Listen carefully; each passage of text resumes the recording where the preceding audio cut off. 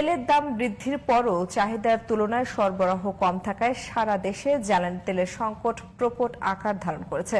দীর্ঘ সময়ে মহাসড়কে অপেক্ষা করেও পর্যাপ্ত তেল পাচ্ছেন না গ্রাহকেরা। ফলে ভোগান্তি যেমন বেড়েছে তেমনি জনজীবনেও নেমেছে স্থবিরতা।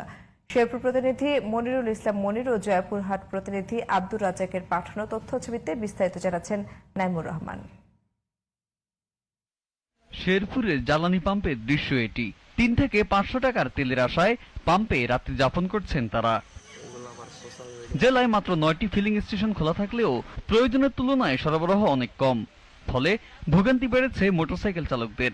নতুন বউ ফালায় থইয়া রাত 9টার সময় আইছি, শিয়াল দৌড়ছি, তেলের খবর নাই, গাড়ির খবর নাই।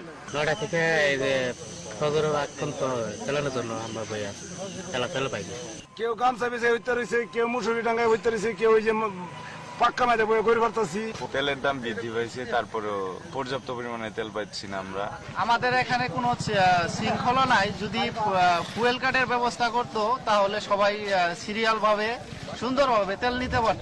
নির্দিষ্ট এলাকার বাইরে থেকেও গ্রাহকরা তেল সংগ্রহ করতে আসায় চাহিদা মেটাতে হিমশিম খাওয়ার কথা জানান ফিলিং স্টেশন কর্তৃপক্ষ।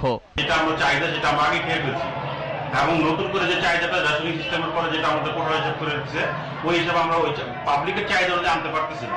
এদিকে দাম বাড়লেও তেল সংগ্রহ করতে ভোগান্তি পোহাচ্ছেন জয়পুরহাটের যানবাহন চালক ও কৃষকরা। দীর্ঘ লাইনে দাঁড়িয়েও তেল পাচ্ছেন না অনেকে। এখন ধানের সিজন, ধান হলো 600 টাকা বিঘা মারাই, বর্তমানে তো 2000 টাকা বিঘা হয়তো মারাই করা যাবে না। আমাদের স্লিপ আছে 180 লিটার, 60 লিটার স্লিপ আছে, আমাদের স্লিপের তেল দিচ্ছে না। জ্বালানোর পরে 300 টাকা তেল দিচ্ছে। এখানে প্রাইস ইন্ডিকেট হচ্ছে, ও পাশ থেকে লাইন লাগা দিচ্ছে, এভাবে লাগাচ্ছে, এভাবে তো হবে না। আমাদের গাড়ি টোকেন নিচ্ছে 50 টাকা করে, আর যাদের সামনে দিচ্ছে এদের থেকে নিচ্ছে 150 টাকা। সংকট নিরসনে সরকার দ্রুত কার্যকর পদক্ষেপ নেবে, এটাই দাবি ভুক্তভোগীদের। Naimur Rahman, GTV news.